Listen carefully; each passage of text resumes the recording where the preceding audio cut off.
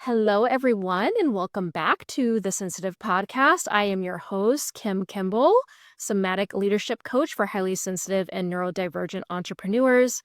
This is a conversation I am so excited to have. It has been on the books and ready for a long time. Natalie and I have been going back and forth about it. I'm so excited to finally have her here. I'm with Natalie MacNeil today. We are going to be talking about ethical AI use, and specifically through the yet lens for highly sensitive and neurodivergent entrepreneurs, making it very specific to those folks for this conversation. And before further ado, I would love to allow Natalie just a space to introduce herself before we dive in any deeper. Well, thanks for having me, Kim, and hello, everybody. Thanks for listening. Thanks for watching. And I'm Natalie MacNeil. I've been in the online space for nearly 20 years, and I've seen many iterations of the online coaching, consulting, course business. I started off in media and production. That was the first business that I built. I worked on some of the world's first 360-degree interactive films. So I've always been at the edge of innovation in the industries that I've chosen to work in.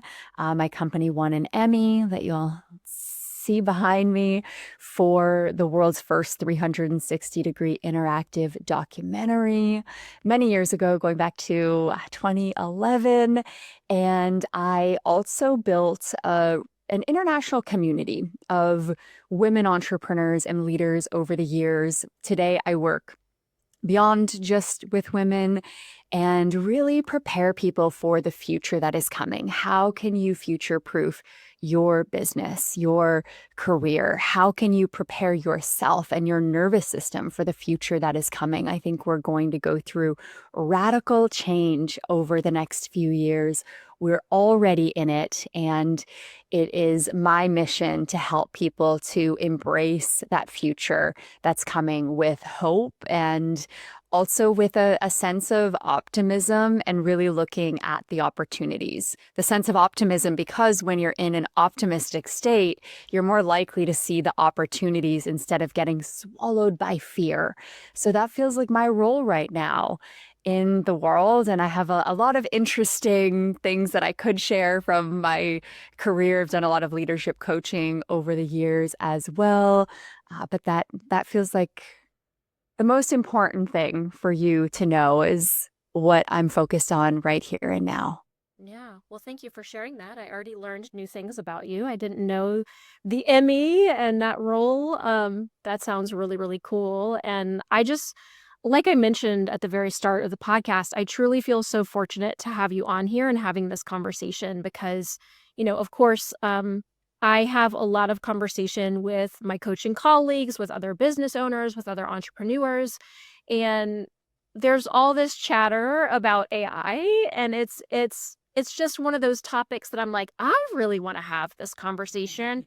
And if I really want to have this conversation, I'm sure there's many other people that want to have this conversation. And I'm like walking and talking and voxing my friends. This is a very common thing that I do, other business owners. And we are getting into these deep conversations, of like, okay, I'm weary about AI. And simultaneously, I feel like if I don't really start to acclimate myself with this, it feels like I'm kind of insisting on using a flip phone in 2025. Like it really feels like that. And so I really want to explore, what is the way to use AI ethically in an embodied way?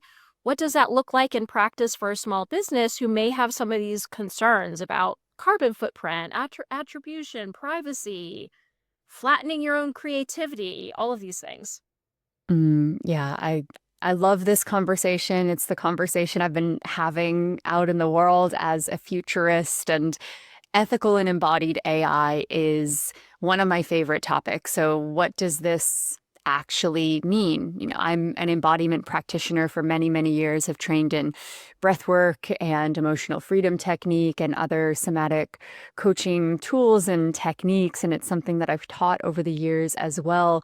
And to me, that's a huge part of what we get to bring into embodied AI. So I was the first one talking about ethical and embodied AI, and people were like, oh, what's that? And I think we've been doing embodiment work for a reason over the last several years. When I was doing embodiment work almost 20 years ago, people weren't really sure what that even is. People thought, even back in the day, that meditation was a little woo, that breath work was definitely woo. And I feel like so many of us have been called to that to prepare us for the times that we are now in with AI and with all the radical shifts that are coming. So I feel like your embodiment work and practice can be at the heart of your collaborations with AI as well. When I am working on something with AI as a collaborator, I start by being really grounded in my own energy, in my own somatic awareness. I set an intention. And from that place, I feel like a clear vessel so that I can discern what is coming through. And if something is coming through that doesn't quite feel right, feels off, I can feel that in my body. Same with when I'm engaging with other people's content. I've unsubscribed to a lot of newsletters. I've stopped following a lot of people who are just posting pretty generic AI content that you can tell has not been worked with, that is not coming from their own ideas. Like, it's okay to be using AI. We need to be engaging with AI. Not engaging with AI right now is like deciding that you're going to opt out of using the internet as a business owner, like back in the 1990s. So it's important that we're engaging with it, and to do that in a way that is still aligned with our values. And for me, bringing the embodiment piece into it, it changes everything. So I do work with AI, but I'm giving it a lot of my own ideas.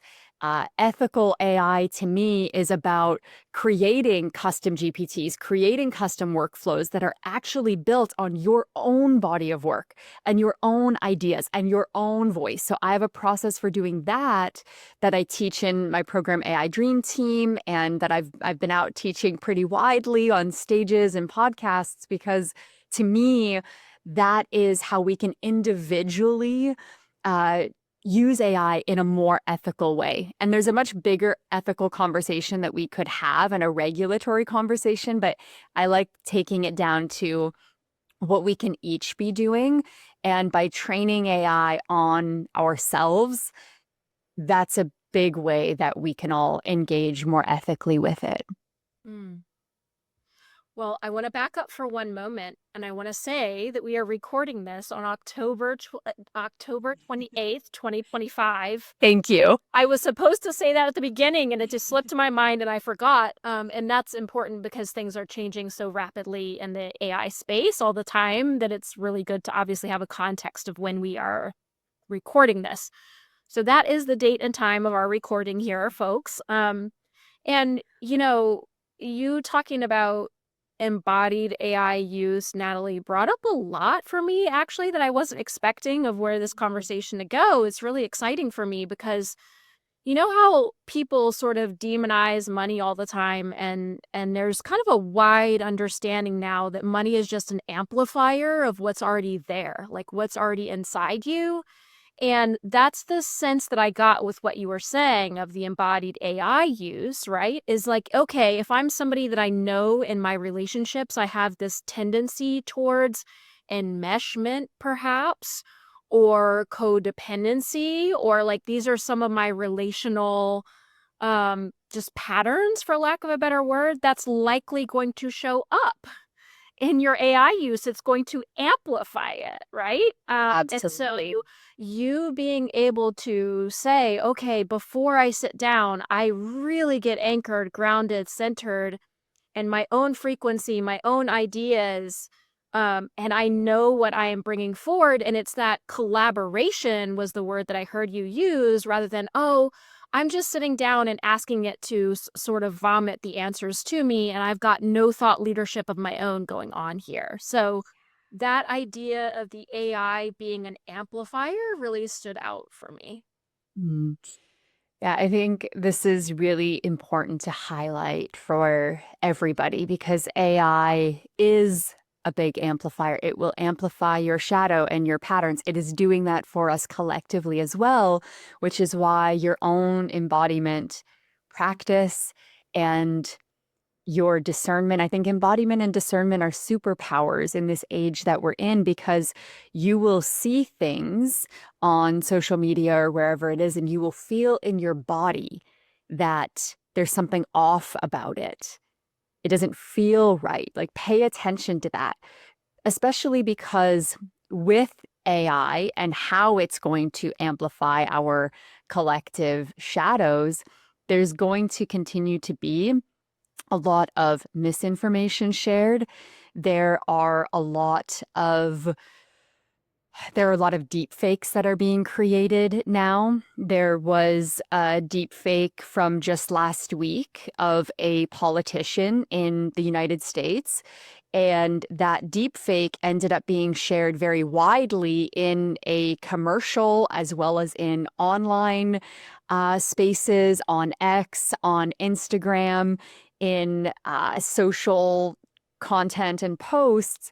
And it was shared by a major political party in the United States, amplifying something, sharing something widely through all media mediums that was not real. And we are going to see more and more of that happening, where things are being shared and they're not real. I think this is why embodiment and discernment, they go hand in hand, and they're superpowers in this age, so that you can navigate what's real, what's not real. We're in this post-truth era, and there's so much being shared that just isn't real. So how do you stay connected to what's true? How do you stay connected to what your truth is? How do you continue to seek for truth? And to me, it's your spiritual practice. It's your embodied practice. And I think this will be more and more important the deeper we go into this new era. So very good to highlight that. I just can't stress it enough. I almost get the sense of like, I wonder, and this is not new with AI. Again, I think this is just something that is being amplified. I almost get the sense of, I wonder that our technology is sort of outpacing our level of consciousness, you know? And of course, all we can do is our own individual work. We cannot be responsible for, let's say, the level of consciousness of the United States or the world. And that's what we're inviting folks into in this conversation, right? Is that you become embodied before engaging with using AI and AI work. But it just kind of is a larger question that my mind is going to, is like, wow, is technology at large sort of outpacing the level to which our consciousness is evolving? Yes. Yes. I think there's definitely a capacity constraint. And it's interesting when I really think about it, and when I'm deep in meditation and I'm seeing these visions of the future and what's coming and how we prepare for it. I think a lot of our current ways of being in the world are mind, right? For those of us who have been in the space of doing embodiment work, you know this. It can be a huge awakening to start working through the body instead of just through the mind. And when you do this work with other people, you realize how many people live in their heads, especially in Western culture. This is a product of so many aspects of Western culture and our capitalistic systems and structures, and how humans are so productivity focused. And there's so much mental capacity that we've developed, which also has come with a lot of gifts. We've created so many things. We've gone so beyond, like, imagine our ancestors 1,000 years from now could have a glimpse at our lives today. Like, this is wild, the reality that we've been able to create. And it's wild, the reality that we have now created. And for me, what AI is going to do is make a lot of the mind capacities that we've had such a focus on, like intelligence, it's going to make things like IQ become irrelevant in the world. And then where does that leave us? That leaves us having to go into the heart, having to go into the body. We have to focus on what makes us human. We have to focus on our humanness. And I don't think we've ever had an opportunity to even see what that looks like. Because for a long time, we were caught up in survival, right? In our earliest days with the limbic part of the brain that developed and operating from that place and being focused on survival. And then over the years and with industrialization, we've become very focused on what we are doing. And the majority of people spend most of their time in life, at least in our culture, the majority of your time is spent working. And you can probably evaluate this even in a week, right? If you look at your week in a typical week for you here in the United States, for most people listening, you probably spend more time working than you have time with your family. There are many people who see their coworkers more than they see their own children or their spouse.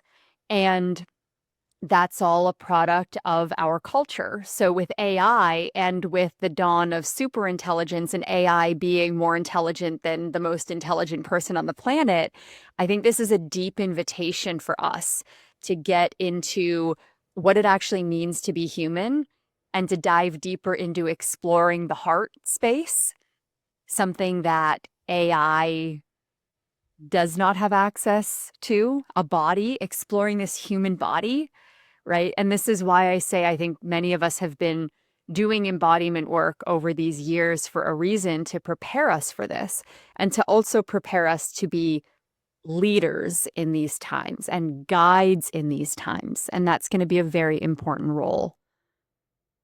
Mm. I got emotional at the point where you were saying, most of us work more than we see our own children. I have a 2.5-year-old, and um, that just hit me. And the the thing that I'm hearing from what you shared that I want to bring forward, that again is kind of pinged interest for me, is what I hear is this maybe like rebalancing. For lack of a better word, I'm going to talk about like masculine and feminine polarities here. Of like, it just feels like what you're speaking about is swinging the pendulum more towards the feminine side that has been so lacking for so long, right? Of, okay, the heart, the soul of things, the body instead of just the mind. And really, I'm speaking towards specifically Western cultures here that has really said our value really lies from the neck up, and that's it. And that we need to be this constant level of productivity, again, that really minimizes or bastardizes even the feminine cycles of production, but also fallow times and things of that nature. And I hear you really seeing, and you talked about being a hopeful view, which is what I'm hearing with this here, is this hopeful view that AI will help, ironically, bring us back more to our humanity. Like that, ironically, the robots, AI, is going to help us recognize that and drive us more into our hearts, drive us more into being able to just live, Yes. just be, and not have to spend our lives in this survival mode that you're talking about. Of and this feels especially poignant during a time where inflation is so high after COVID, and there are so many people just struggling to survive, struggling to live in this day and age. And so it feels like that rebalancing of the masculine and the feminine, this invitation back into our humanity. And I just can't love that enough. Yes. And I think that is one of the possibilities that exists. Like that timeline exists for us where the robots, it's very ironic that I think the robots will show us how robotic we actually are as humans, how robotic that we've become, and to bring us back into our humanness, what it means to be human, what's possible for us as a human. I'm excited to find out what's possible for us when we are focused on our humanity, when we're in our hearts, when we're in our bodies. And by the way, I'm under no illusion that this is just going to happen and be rainbows and butterflies, and we're going to have a smooth transition towards that in a very short period of time. I think we're in a multi-year, long-term transition that is going to bring chaos, that is going to require us to be in our practice. You know, we practice for a reason. It's called practice for a reason. And these times are going to require that practice for sure. It's not going to be a smooth road to get there. But one of the possibilities that I think we can really hold on to and anchor into is what's possible for us and um, what gets unlocked, what we discover, what we're able to move from when we're really connected to our embodied wisdom and the wisdom and intelligence of the heart. Like that is the next frontier. And it does come with a rebalancing, I think, of the masculine and feminine. Comes with a lot of rebalancing in a lot of different ways. And I do think that we will eventually, again, it's not going to happen super quick or overnight, but we're going to come back to a place where we are more connected to the land, connected to the earth, and start to return to those more natural cycles. Because I think the more we explore what it means to be human, the more we'll actually come back into our cyclical nature and not be so robotic. That was the sense. That was the exact picture that I got as Yes. seeking. And I think it's the movement that so many of us, if we're really honest with ourselves, that we're craving, that we know that we need, and also that we haven't known how to get there amongst the current necessities of life, if that makes sense, of like, I have to put food on the table. I have to go to work. I have to do these things. And so we haven't known how to bridge that gap, right? Of I can sense in my bones, in my viscera, the life that I was made for, and it's sitting around a fire and dancing and singing songs together, Yes. right? And also, I don't know how to get there amidst what is required of me to live in this world and not just be a forest hermit, right? And what I'm hearing from you is the opportunity for AI to potentially bridge that gap.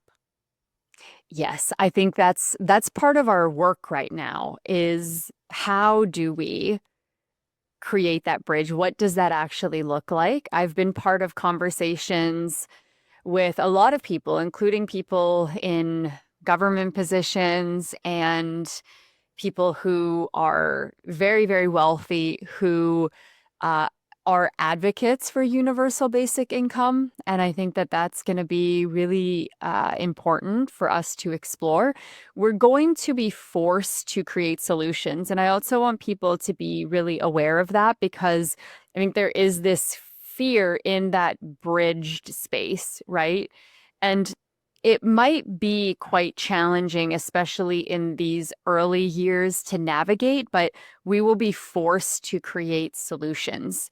And I think one of those solutions will be making sure that basic needs are covered. And there are many people who talk about this as a necessity to have everyone have a basic level um, of their needs covered. So that's going to be something that we have to explore. It's already being experimented with. So this is not something that's like a far off reality and like that's never going to happen. Like this is already happening. It's already being experimented with in Scandinavian countries, in Canada, even in parts of the United States. So I think that that's a real possibility that we move towards. And in these times, we're also going to experience a big shift in the value of money, I believe, because when robots can create other robots and are handling a lot of the labor, which in our overall GDP is a significant part of it. So in our GDP breakdown, if you look at the human capital costs, it's a major, major part. So if we're taking out a lot of human capital, and when you have robots that are directing and building other robots, a lot of consensus belief is that that will really drive costs down. So I think that will actually shift the value of money. So we have to think about this not from our present consciousness, which is a very hard thing to do, and know that there are going to be these solutions that come along the way. And I also like to remind people that there are people who already live very different lives and who choose that. Like I live in Los Angeles, which is one of the most expensive cities in the world. And if you're living in Los Angeles and you're thinking about how you live in the city center here or how you live by the beach here and the expense that that comes with, that's one thing. I also know people who live off the grid and live for a much lower cost than I live here. I know people who live in other parts of the world who pay like a fraction to live of what it would cost to live here. So there are already so many alternative ways to live, but I know that for a lot of people that I speak to here, especially in like the bigger American cities, it's very hard to fathom what that even would look like. So just know that there are a lot of different ways to live, and we get to explore those different ways of living as well. Hmm. All right, I'm going to play devil's advocate for a moment. Maybe not everyone that is listening can remember this moment, but I remember being on my parents' couch, Natalie, and watching MTV because it was all the rage at that point, right?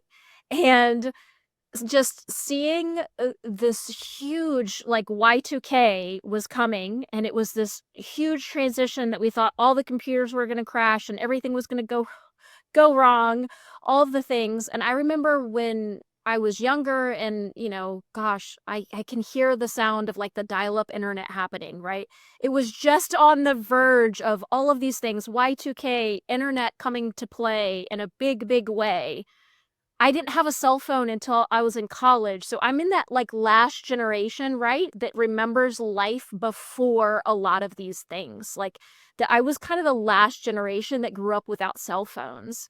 And I remember a lot of these promises that folks had of like, oh, with the invention of the internet and the invention of computers, um, you know, the work week is going to go down so much from 40 hours a week because the computers are going to be able to do so much more. And so when I'm hearing this, I love, please hear me, I love, love, love the hopeful.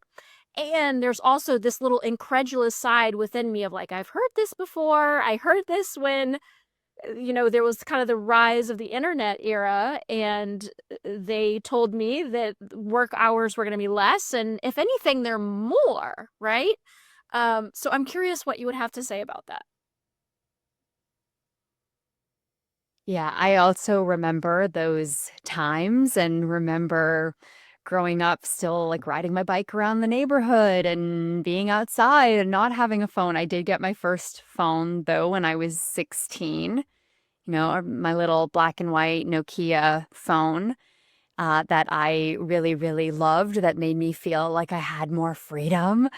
And I remember all the fear around Y2K as well. And I remember the dial-up internet and waiting forever for anything to load. And yeah, in many ways, it sped people up instead of slowing people down. And I think that that also evolved faster than our nervous system did. And it took a minute to catch up. I think a lot of people are still catching up. And what I find is that for these really big themes that we're in, right? So when we look at the internet, for example, right? This is a multi-year, like very long arc of change that happens. And I think that AI is going to be way more accelerated than the internet, especially because of the speed of iteration, mostly because AI can then help to create the next version of AI. So it's always helping itself to evolve in many ways, which changes it. And there is this accelerated feeling. I think that what took the internet 30 years is going to happen in like just a few collapsed years with AI in terms of the amount of change that it brings. And if you look over a much longer arc, which is what I try to remind people of, we actually have been working less, especially in some parts of the world. Like if you're in Europe, if you're in, I know a lot of people in Canada, which is where I'm from, who have a 36-hour standard work week. Of course, there are many outliers to that. There are many people who still work more than 40 hours a week. So I don't want to gloss over that fact either. But the work week has been coming down over the last few hundred years as we moved through the Industrial Revolution. People used to work 7 days a week in jobs that were very grueling, and even going to a like 6-day work week and then to a 5-day work week was progress for the time. And now we have many companies that actually do a 4-day work week or do flexible work where you're not required to be somewhere for like 8 hours a day at a desk. There's a lot more flexibility than we've had in basically the entire history since the Industrial Revolution. So I think if you zoom out and look at a longer arc, there is a lot of progress that is being made. There are a lot of countries even exploring this standard 4-day work week. And I really believe that with AI, we're going to get to that, where the work week is going to be shorter, where things are going to be more value focused, especially as you're working with AI. It's going to be more about the deliverables, less about the amount of time that you're actually spending doing a task, because that's not how AI works. And so we won't have as much of the like linear time structure because of how we can collapse time with AI. So, I think when I'm looking at being hopeful, it's not just a blind optimism. It's more of like an informed hope that's still grounded in discernment and pattern recognition. And I don't think we're going to have a 4-day work week in a short period of time, although again we're moving towards that, but it's going to happen. It might be a slower pace than some of us would like to have, but that has been the arc of us working less and less. And I feel like this particular wave, like if the last wave, I think with tech, it made people think that they could do even more. Like tech was used to do more. And I do feel like we've been pulling back from that. And I think AI is going to be the period where we get to explore being more, whether that's more connected, more present, more creative, like more human. So it it's going to be something that we have to look back on 10 years from now or 20 years from now, the way that I think we can look back on the last 100 years or the last 30 years and see the shifts and the progress. I love that. Thank you for entertaining my little incredulous side that was Yeah, I love that. I love that. And I think we need to also be with that as well, and be with what's coming up, and be with what's coming up and questioning it in our mind and giving it, this is very popular in coaching or neurostrategic coaching that I studied, where you always give yourself alternative evidence because that builds more hope and more resilience. So it's like we can give ourselves alternative evidence to the mind so that the mind can see alternative views and possibilities. And then we also have to sit with, internally what that feels like in our bodies, and to really take time to feel the fear and to meet it and to breathe through it. Like, it's totally valid. And I want everyone to hear this loud and clear. It's totally valid to have fears around where we are going. And I think it's important to actually be with what comes up, whether that's grief or sadness or deep fears around what this even means. How to raise children today is another conversation I've been having with a lot of people. And there's a lot to be with right now. And I hope that we'll all take the time to actually be with it and to meet it, because I think that puts us in a place where we can more powerfully guide other people through the process as well. Mm, absolutely. Well, I would love to shift to talking about how AI can support highly sensitive and neurodivergent realities specifically. So, things that are everyday realities for neurocomplex people, like executive function, sensory load, task switching, limited bandwidth. How can AI support these things without overriding kind of our inherent pace or our own natural voices? Yeah, this one's close to my heart. I experience aspects of neurodivergence myself, and I think that AI can be really overwhelming, or it can be a beautiful support, and it depends on how you structure your relationship with it. So, AI, in a lot of ways, can actually smooth friction points that we might experience, especially if you're a highly sensitive person. If you are neurodivergent, you can look at the unique challenges that you feel you run up against, and you can collaborate with AI to smooth out those friction points. So, as an example, if I'm if I'm really deep in a creative flow, and I realize that I need a specific piece of research. Like, I need something, or that creative flow brings up something else that I want to know about, or that I maybe want to create a piece of content around. I don't break the flow to go searching. Instead, I can have my AI systems that I've created, my custom GPT, to track those things for me and then to pull it up so that I can visit it later and stay in my creative lane. Because the way that my mind works, it's easy to get pulled in all these different directions when I'm creating. So AI can actually help me to focus, especially when it's trained on you. And this is what I teach people to do, is to create custom workflows, to create custom GPTs that fill specific roles in your business. And it's trained on you, including any things that are your superpowers, any things like neurodivergence and how you work and how your brain works. You can actually do an experiment with AI, with, let's say, ChatGPT, and have it act as a specialist in neurodivergence or whatever your specific diagnosis is, and how that manifests in your life.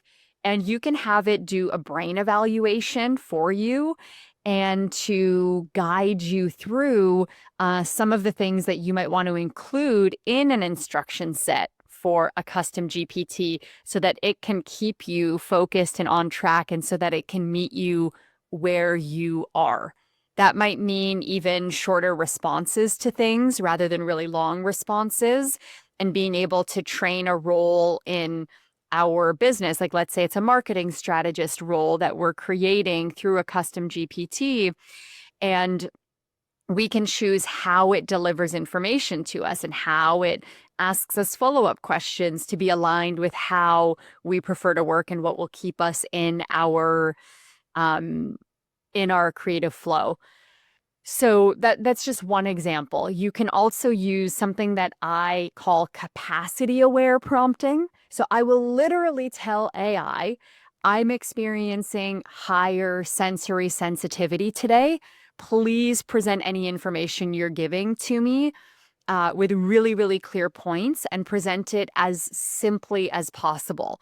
So you get to set the pace from your nervous system rather than having it be set for you by the default system, which I think is really cool. And that's actually something that's quite advanced that we get to do. That made me smile so big. You probably noticed as you were saying that. My son is neurocomplex in addition to myself. And the therapist that I take him to, it always makes me emotional because I didn't have anyone to advocate for me the way that I am advocating for my son right now. And, the therapist said, we can't change these things, but the best thing we can do is teach your son how to self-advocate for his needs. And what I hear you doing is doing that with AI, Yes, that's right. right? I have the awareness of my sensory threshold. I have the awareness of where I'm at with my capacity today, and I'm going to self-advocate for that with the custom GPT that I have created. And I hear the self-advocacy, and I also hear the accommodation that is able to happen based on, whatever it is, I hear you being able to accommodate for things that maybe are a kink in the hose of your creative flow, but also being able to magnify strengths, both, right? You can create these custom GPTs of, okay, I know myself enough to know where the kinks in my hose are going to be, where my brain is going to have a million different, tabs open, and where I may be distracted by this squirrel. And I have a system set up to support that and accommodate that. And also I know my strengths in a way that can just, let's turn the dial up by 10, right? And that feels really, really exciting to me. Yeah, exactly. Bring your full awareness, bring your advocacy, bring your genius, bring all of it to your collaborations with AI. That's how you need to be thinking about it.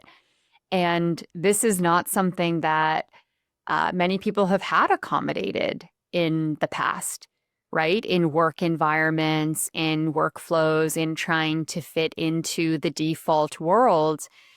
If you are HSP, if you are ADHD, if you have some form of neurodivergence, it's probably been quite a challenging path at times to navigate the default world. And now you have this tool that can actually create pathways for you that are aligned with how you can best navigate the world for who you are.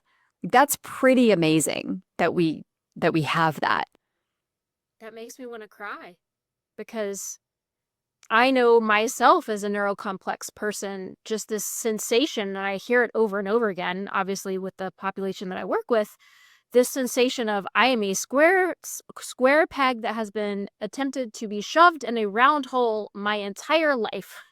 And there is a very visceral feeling of that, of I do not fit. I cannot make myself do things in this way. And that comes with such a huge cost, right? Typically burnout being the main one. But if you can build these systems, if you can self-advocate, if you can have these accommodations where you can actually just feel like, okay, square peg, square hole. Awesome. Great. Don't need to try to shove myself into a container that just doesn't work for me anymore. What a relief. Like talking about feeling what you feel in your body. I feel a sense of spaciousness with that. I feel a huge sigh of relief in my entire system. Mm. And one of the ways that you can get started with that for everyone listening is you can program a system prompt. So you can have a system-wide prompt that is like the heart of your chat GPT. For example, just to use that LLM as an example, it's the one that most people are using. LLM, by the way, is large language model. So like ChatGPT, Claude, Gemini, these are all large language models. And you can go into your settings and you can go to the system, like a system-wide prompt. And in the settings, actually change that to include this information about you and ask that it tailors its responses to you. So that can just be in the system-wide prompt so that you're not always having to re-prompt that, so that that's something that it knows about you and it can navigate and again, like create that unique pathway through the world for you based on your own unique attributes, diagnosis, how things feel for you, your particular flavor of neurodivergence as well, because there are so many different flavors of it. So like, let's bring all of that and let's bring that self-advocacy into the system-wide prompt so that it's always there to meet you where you are and to Yeah, help because you to navigate. there's a million different ways that it presents, you know.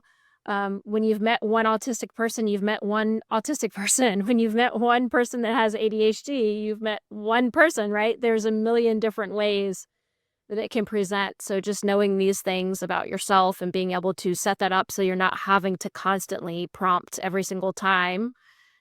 And then it allows you to, okay, on a day where maybe I'm noticing that I'm particularly low in capacity that day, I can certainly prompt that, but it already has the overarching um, understanding of my flavor of neurocomplexity and how that presents for me.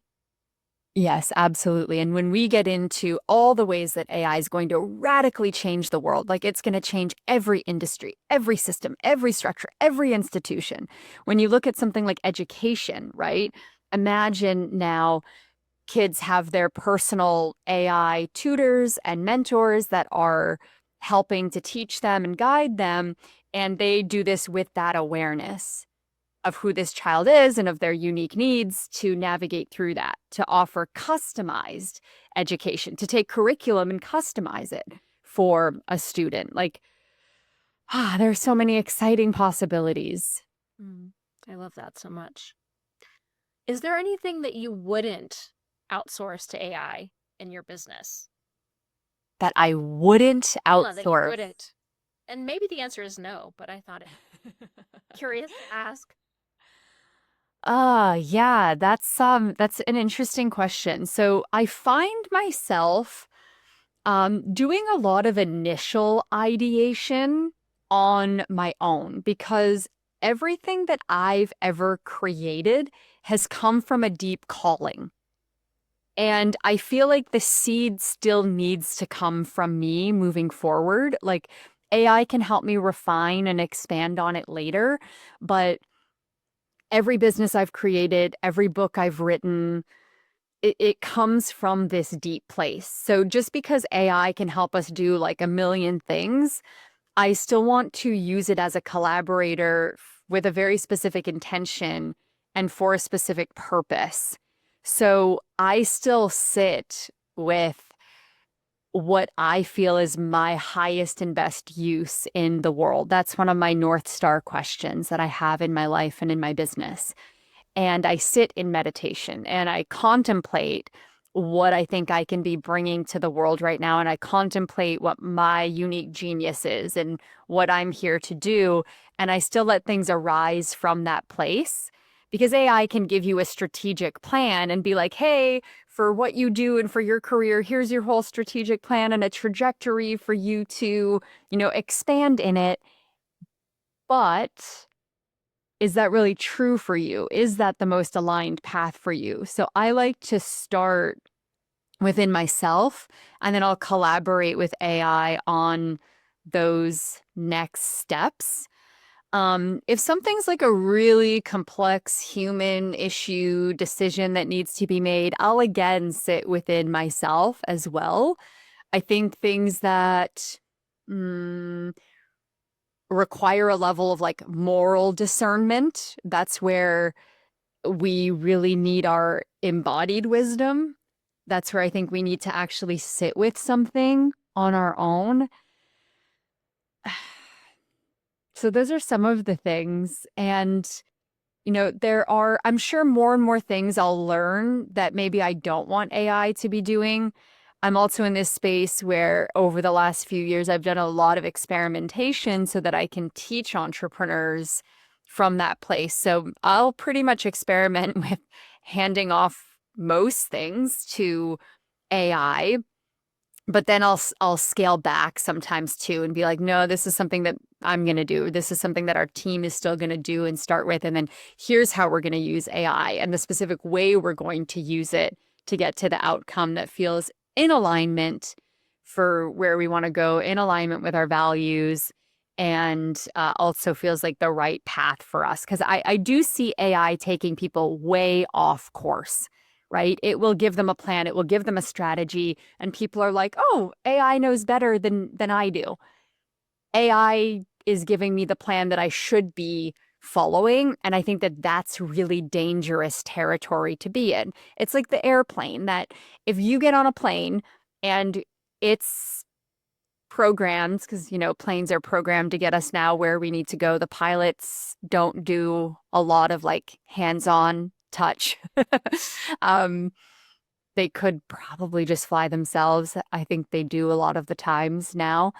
And if we have a destination in mind, and if we set the course for like 1 degree off, we're going to end up in a radically different place. And I think that that's the danger of having AI create your whole strategy, your whole plan.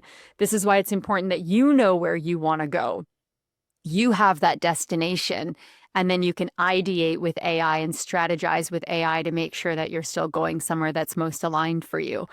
And I think that we're in this new territory and we're figuring it out in real time.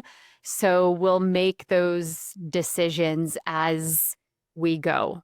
It's a little tricky at the moment, but this goes back to the very beginning of our conversation. This is why the intentionality we bring matters. This is why our embodiment matters. Like, we need to stay awake as we're using this instead of falling into this like deep, deep slumber because we feel like AI has got it.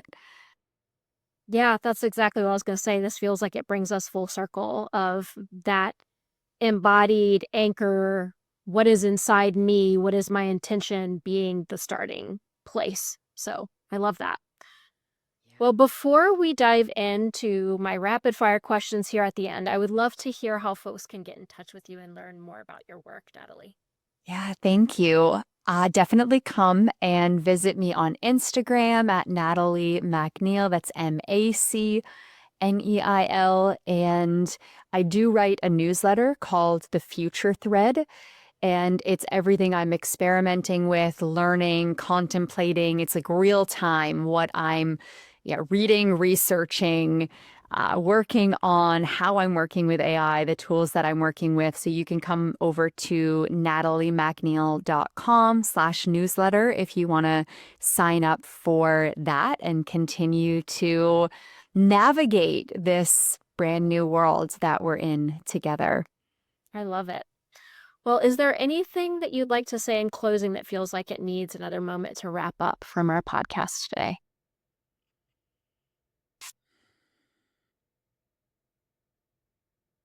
Just holding hope, keeping the faith. We've been through many challenges as humanity before, and I know that we will get through this, whatever it brings as well. And it feels like it's the end of the world to some people. People feel like we um, are going down a very destructive path and in this downward spiral. And there's a lot of contrary evidence for that as well. It's really important, I think, that we hold a vision of what's possible and we hold the hope and we embody that hope. Because if we are embodying fear, that is a self-fulfilling prophecy as well. If that's what we choose, if we have the images in our mind of a dystopian world that we're creating, if we have images of, sci-fi like the Terminator in our minds, we can create that reality too. That too is a possibility. But we need to hold the hope and hold the vision of what's possible. And if we can do that, if as many of us as possible can do that, there's a very different path and timeline that we can end up on. And I'm very hopeful that that is what we will choose in the end. And that where we're going is so beautiful. I love the hopeful thread throughout this podcast episode. What do you wish people knew about your experience as a neurodivergent person in the world? Hmm.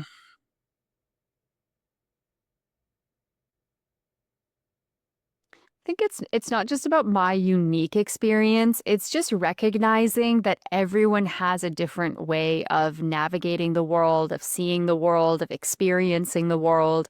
So if we opened up our hearts and if we had more compassion collectively for everyone's unique experience, and we didn't project onto everyone else the way that we see the world, and we just recognize our own unique flavors and that piece that we each bring into this global tapestry, I think that would create a lot of change. Like, how often do people just think that everyone else thinks the way that we do or experiences the world that in the same way that we do?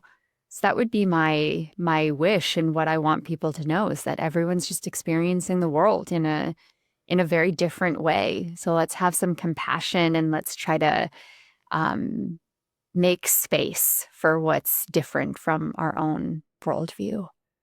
Gosh, I feel like we would solve most of the world's problems if we did Yeah, that. definitely a whole lot of them. And I think this is why there are real superpowers that people have, like telepathy tapes. I'm sure many people in your audience have listened to the telepathy tapes at this point.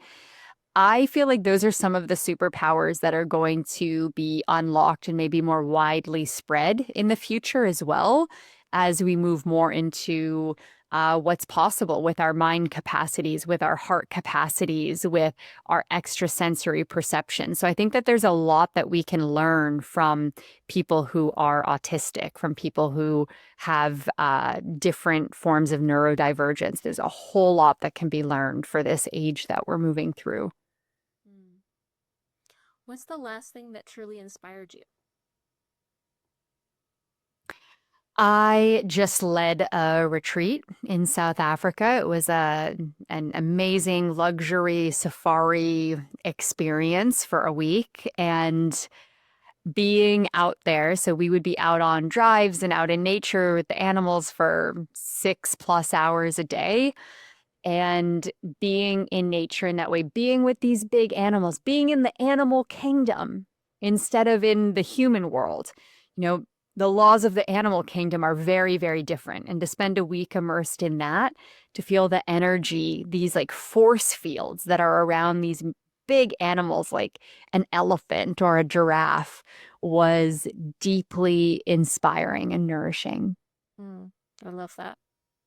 Last question. What consistently brings you deep joy? Time in nature for sure. Like when I'm in nature, especially when I'm in nature with people that I love, people that I can go deep with, that is one of the easiest ways for me to feel a deep sense of joy. Hmm. Well, I'm going to hold that hopeful vision of us sitting around a campfire and doing the dancing and singing then. Yes, yes. We all need to hold that vision. Yeah.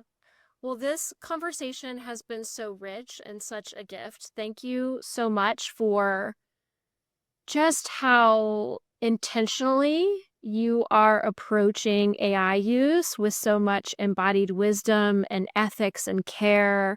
And thank you so much for sharing that with us today. Thanks for having me, Kim. Thank you everyone for listening. And I'm grateful that our paths have converged in this moment, in this existence. Absolutely.